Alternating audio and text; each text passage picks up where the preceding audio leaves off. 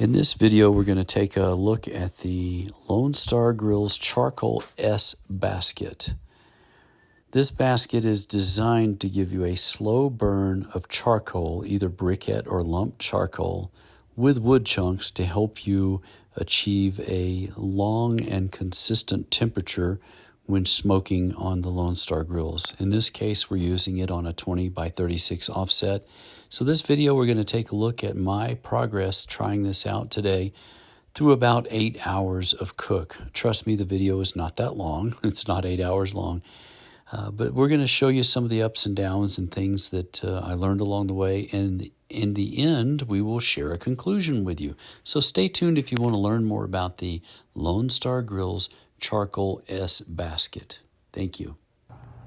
Today is Tuesday, April 22nd, and we're going to give the Lone Star Grilz Charcoal S basket a try to see if this will help us have a nice long cook on the 20 by 36 offset smoker. So we'll take a quick look at what we got going on. The instructions I got from Lone Star Grilz yesterday, it says to fill it to the top with charcoal, briquette or lump, leave out one corner, enough room to add in half a charcoal chimney full of lit charcoal. And so that's kind of where we're at now. I have filled it up. I took the top plate off of the firebox here just to get my wood chunks in. This thing's kind of heavy. I didn't want to carry it with it having the hot stuff in there, so I've got it preloaded. All I have to do is dump in and slide it in. That's what I'm thinking I'm going to do. And I've got the chimney going over here to get these nice and lit and hot. And then we're going to dump them in. And you're supposed to leave this open, but of course gravity makes that kind of difficult. So what I'll do after I dump them in is maybe top off to get it filled up a little more. Hopefully I've guessed it right and got the right amount in the chimney. But that's what we're gonna go with this morning. I'll put the plate back on here in a second. We'll get this thing going and see how it does today. Okay, I couldn't hold the phone and do it at the same time, but I did dump in the basket of lit coals, and here they are. You can see the lit coals glowing, topped off a little bit at the top, because again, it's kind of hard to have a little space there because it's slanted down. And so I filled it up with the lit coals and just put a few on top. Okay, so there we go. I would consider that pretty full, minus just a tiny little space over here. Maybe I could put 2 or 3 more briquettes on top of that. But the rest of it's full, as you saw with the lid open earlier. It's now running. The door is open. So I guess what I'll do is I'll close up the door, keep the door vent open and the stack vent open, and we'll let it come up to temperature, and then we'll start dialing in the temperature. Okay, and here we are waiting for the temperature to come up, and this is what she looks like. There's the smoke we're getting. Looks like we're getting a good draft through there. It's pulling pretty good. All right, let's see what happens. Okay, it's 8:30 now. I've begun the process of closing down the vents, the 2 vents. Yeah, I lost my original spring here, so I've just got a little rock kind of holding that, but that's about 50% closed. I can certainly open that up just a little more and try to keep that nice and flat on there. That's what the goofy rock is trying to do. And I lost my little spring. I don't keep this on here for putting the cover on because I'm afraid of tearing my cover. Cover's pretty expensive, so I don't want to tear it. But yeah, we're just a little less than halfway closed on that one. One thing to be prepared for, boy, that handle, this bolt gets awful hot. So it's pretty hot to the touch. Yeah, this will obviously keep you from getting burned, but this is getting pretty hot. I guess maybe because it's sitting right on there, because you can see basically these bolts are touching the basket because I've got the log burner in there, and it won't go in as far. So one thing to consider, and this got a little bit stuck for some reason. So I opened the door, repositioned it, and then closed the door. I can't slide it very good right now for some reason. I'm not sure if it's heating and expanding or what. But there we are. We're about an inch there, about halfway up there, and we're approaching 210 or so. That's about 30 minutes in. Okay, it's 9 a.m. We're exactly an hour and a half into the start of this process. Let's go ahead and check our temperature. We're at about 240. And just a few minutes ago, we were at 250, so I closed it down a little bit, and now it's dropped pretty good. It dropped about 10 degrees, so I'm gonna go back to an inch there. And if you can see the vent, it's kind of hard to see with the smoke. Let's see if we can get around to this side. Yeah, that gives you an idea of how far closed off the vent is. So maybe that's a little more than 50. So let's get it. I'm gonna guess and say that's about 50 to 60%. So if we take a look at the directions, which are now a little bit dirty. Well, it says, as the pick comes up to temp, you can also preheat it with your log lighter, which we did. Start to close down your intake and exhaust. With splits, you need to run the stack wide open, but the charcoal burns hotter and cleaner, so it needs to be closed down about 50 to 60%. I think we're there. I mean, that's almost like a line across there, about half of the square at an angle. So that looks to me about 50 to 60%. And again, back to this, to the intake damper, about an inch. And, you know, we're hovering about 245. So I think it's time to throw the ribs on now. Today's smoke will be the style of Black's Barbecue, the original Black's in Lockhart. Nice fatty rack of spare ribs. And their salt and pepper rub, and leaving the membrane on the back. So I'm gonna get this loaded up. Let's take a look. I'm going to try to do this one-handed, and let's see what it's looking like inside the cook chamber. Okay, that's a lot of smoke, but I think we'll be okay. Let's get the ribs loaded. I'm trying to do this one-handed, so you can see what's going on here. Oh, those look good. That's a nice fatty rack of spares. That ought to be delicious. Okay. So there you have it. The ribs are going in at 9 o'clock, and we lost a little temperature opening the door, so I'm going to let that stabilize. We'll come back, take a look at it in another 30 or 45 minutes, 30 to 45 minutes. Okay, just a brief update since we've added the ribs. The time now is 9:10. Wanted to try to recover the temperature, so we dropped down to about 225 from about 245 when we opened the door. And then trying to make sure I got enough airflow, because as you can see, this smoke is pretty heavy. It's a pretty good bit of what I'm describing is pretty heavy white smoke. Okay, so again, vent. If I intersect that square exhaust tube at an angle, I'm thinking I'm at 50%. So that's about 50% closed. And then back here on the intake, about 1.25 inches, I opened it up just a little bit to try to recover the temp and get a little more airflow to try to cut down on some of the smoke, because it is very smoky. So this is about 10 minutes into the rib cook and trying to get the temperature recovered, and it's climbing up. You can see it's responding nicely. So here in a minute, we'll probably shut down the door damper a little bit and hopefully find that happy medium where it's not smoking too much, but it's still holding temps.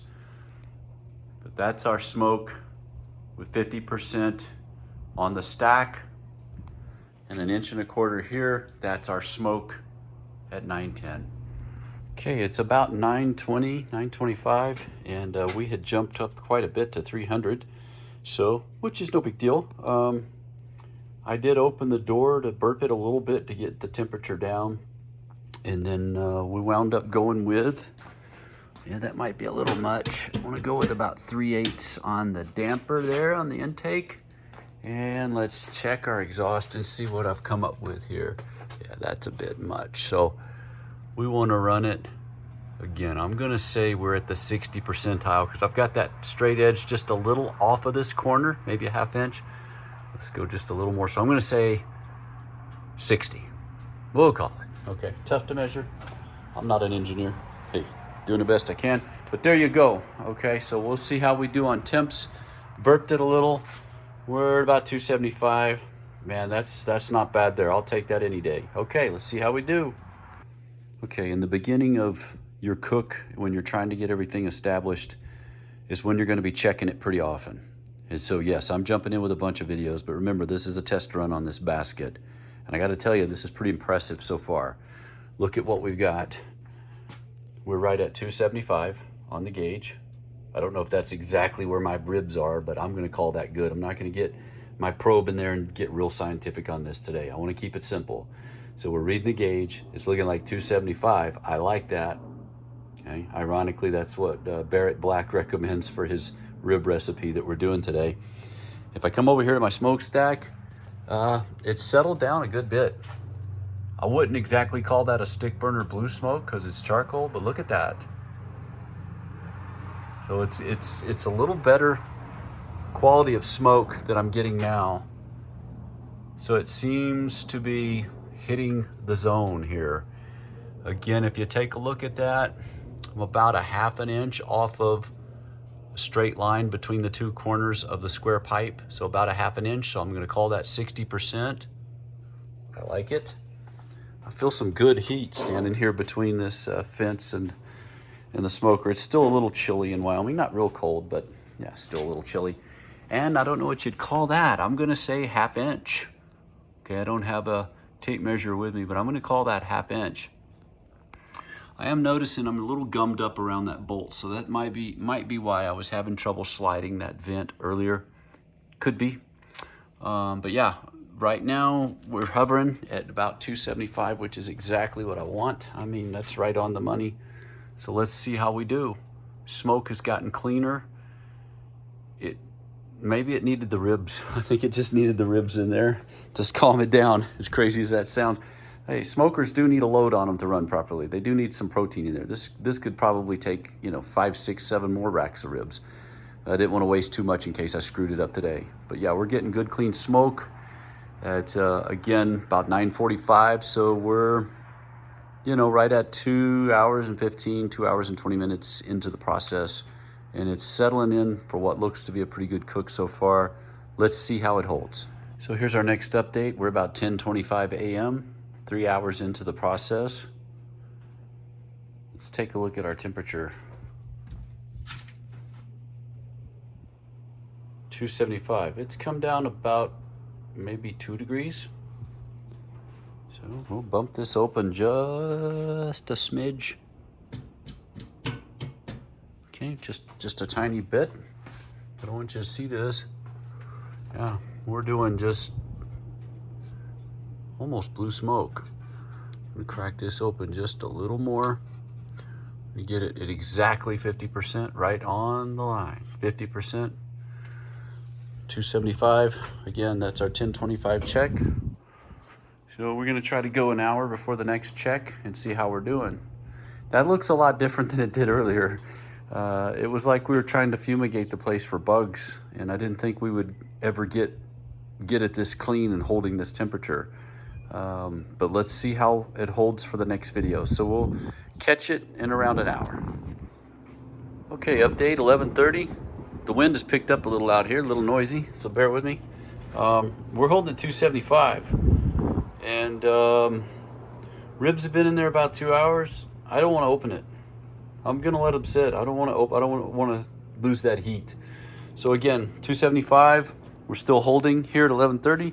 Still maintaining our position right at a ½ inch or so on the door inlet damper, and then the exhaust damper is still sitting at about the 50% or so mark. Holding steady at 275, just like an oven. No smoke, no more smoke at all. So, but the temperature's holding. So I'm sure as it snakes around and finds those chunks of wood, it'll puff out a little smoke here and there.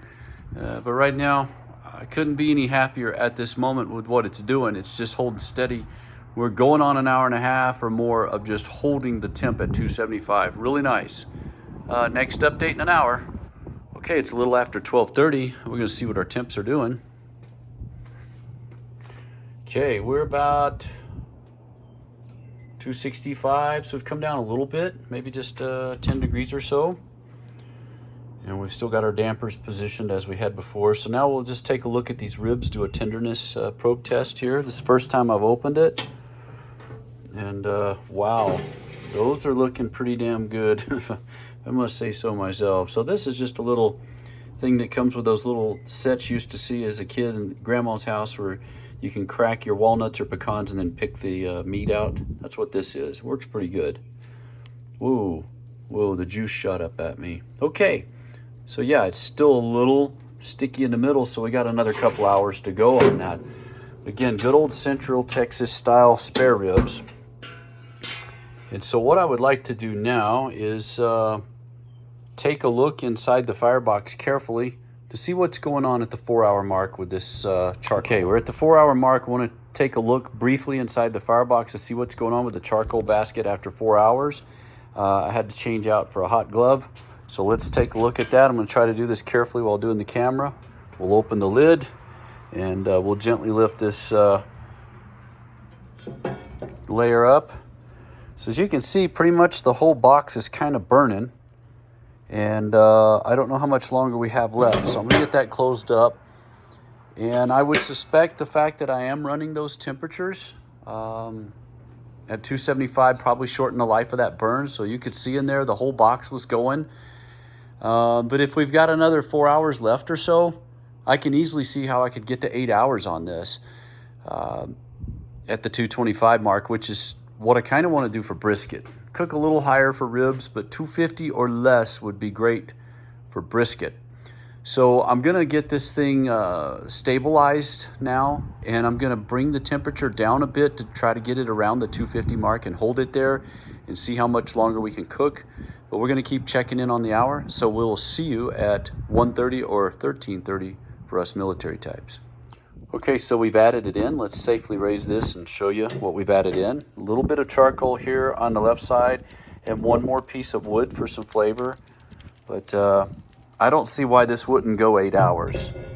And once you get past the initial startup where it can be a little stressful, it's turning out to be a really good deal. So we'll check on it again here at about 1:30, 1:45, see how we're doing, do another probe test of the ribs, see how our charcoal bed is looking, see what our temps are doing.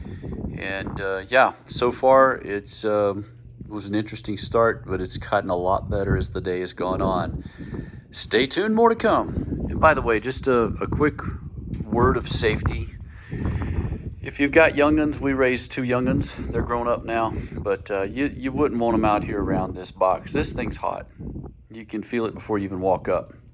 And anything you're doing touching the box around it, make sure you've got some gloves that are rated for very high heat. I got these on sale someplace, I think Lowe's, I don't remember where, but they'll handle a lot of temperature. You need to be real careful. Don't ask me how I know, but it is possible to burn yourself on this, and it makes it not so enjoyable when you want to sit down and eat that delicious barbecue you've been cooking all day. So keep that in mind. Make sure you got plenty of spacing away from things that also like to burn, like wooden fences, and just keep those thoughts in mind as you're going, especially if you're trying to do something new and you're getting a little frustrated and you're not really paying attention, you're not on your A game, you're trying a new gadget like we're doing today. Slow down, step back, and say, look, it ain't worth getting a little burn or a big burn for or causing any problems. So something to think about. Just wanted to throw that in. Thank you. Okay, we're at the 1:30 mark, or about 5 hours in, a little over. And we're going to check on it and see what our temps are doing. I'll tell you what, that looks pretty darn good right there on the old Tell-Tru. Yeah, right about 250. For brisket, I think if I go less, if I'm around 235, 240-ish, that real nice and slow. If I'm doing that on my brisket, yeah, I think I'm going to go 8 hours maybe without even having to add, as long as it's not too cold out here. As you can see, since we did add in a little bit of that charcoal, I just had a little handful in that bag left. Put that in with that wood chunk earlier. And the smoke, yeah, it's kind of heavy. I'm not sure if that's that wood chunk burning or not, but I don't want to open it to find out. We're going to leave it closed. I did forget to mention when I added some more charcoal and wood to the top after we lift up the cover and then the cooking plate underneath that very carefully with a very special glove. Make sure you don't wait until your coals have almost gone out. And likewise, don't smother all the light or lit coals with charcoal when you do that. So if you'll recall, I just added a little bit on that left side. I put a little chunk of hickory on there and just kind of letting it go with that. So just a word to think about when you're adding. So here we are at the 5 hour mark, and I like my temps at 250, and we're going to keep rocking and see what we do in another hour. Okay, we're right at 2:30 p.m., 6 hours in. Tell True Gauge says we're doing about 235 there, and really no smoke to speak of, but it's holding a nice temperature. Smells wonderful. So let's check out our ribs for tenderness and see how they're doing. They've really developed a nice, beautiful, natural color without paprika or overly rubbed. Yeah, they're getting really tender. So I think we'll probably give them a little tough up here. Might give them another 10-20 minutes or so. So I'll probably pull these right at 3. But they are looking wonderful. And pretty good results here in hour 6. And we'll take a quick look at our fuel supply at hour 6 and see how we're looking.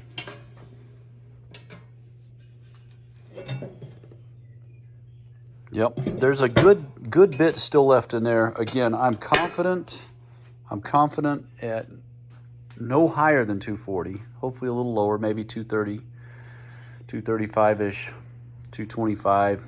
That's a good brisket, real slow temp cook.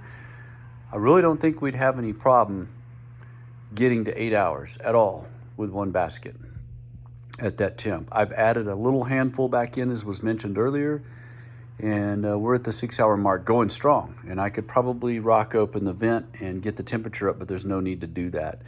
So looking good, looking good. Okay, it's 3 p.m., 6.5 hours in, and it's creeping down. We're starting to head towards 200. So we're starting to lose some heat. Not bad for 6.5 hours.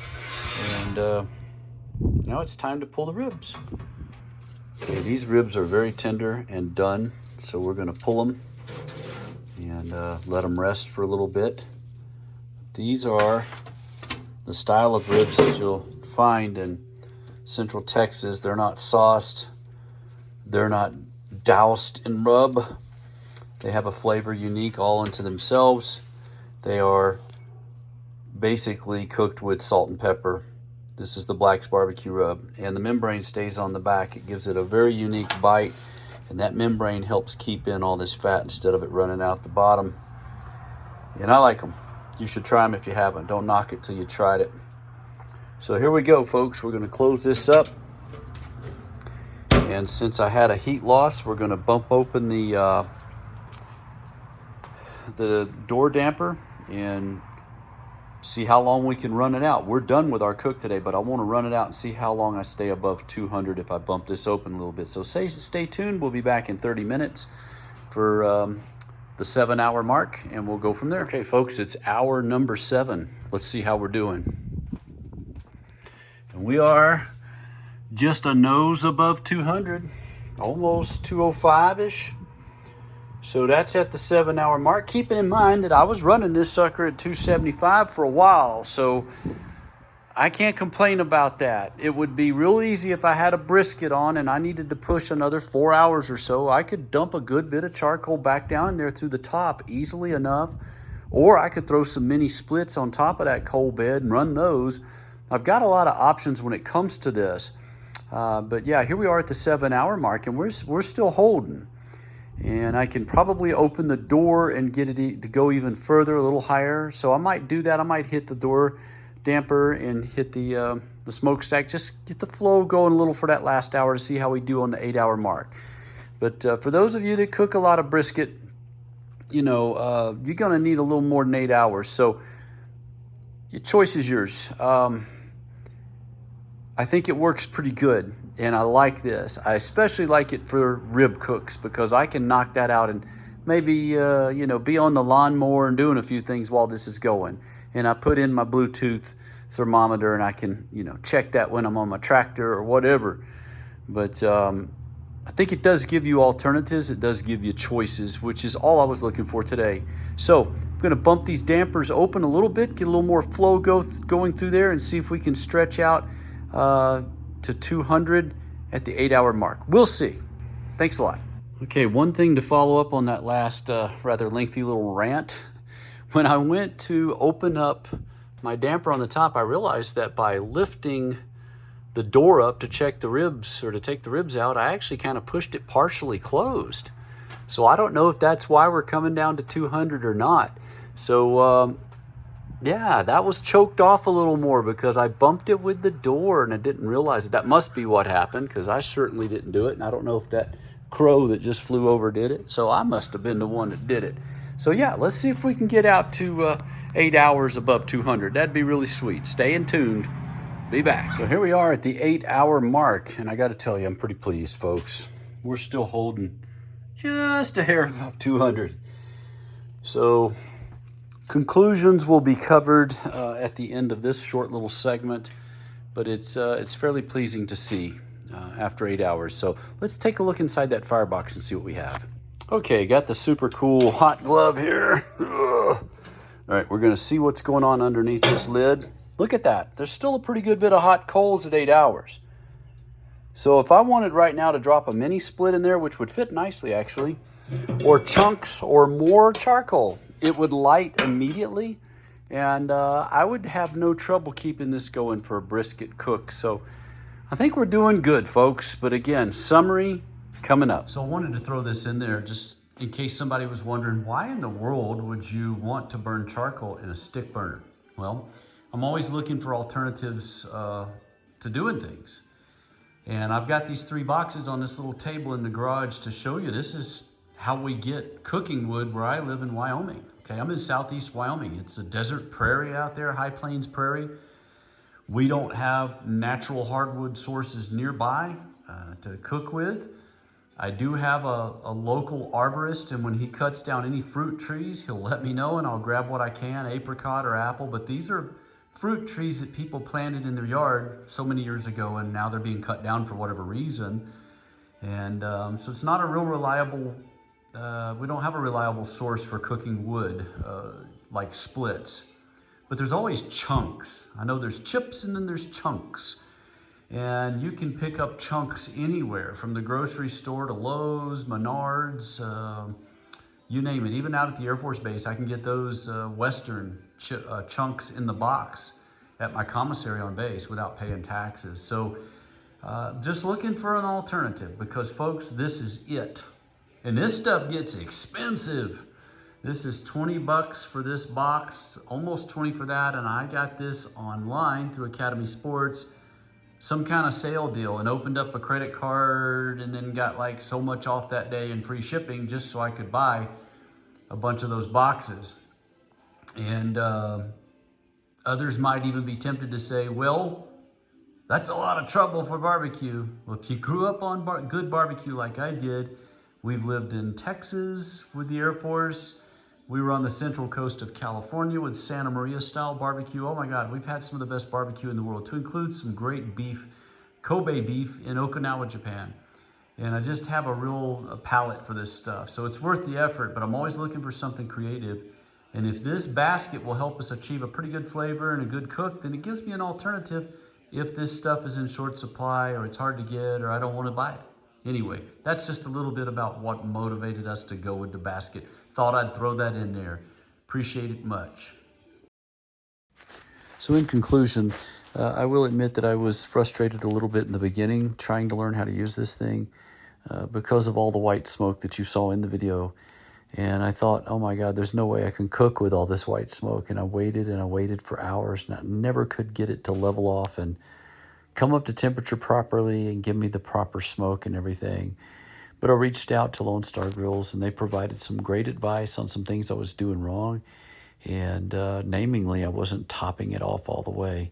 And I was running it wide open as if I was burning sticks. So now that I've learned how to use it, I feel like it's going to be a great tool in our arsenal to help me out. And we are limited in fuel here, so we have to come up with creative ways to get this cook done. And so I'm looking forward to using this in the future. And I want to thank everybody at Lone Star Grilz for their help. And we're going to have a lot of good barbecue with this. Thank you.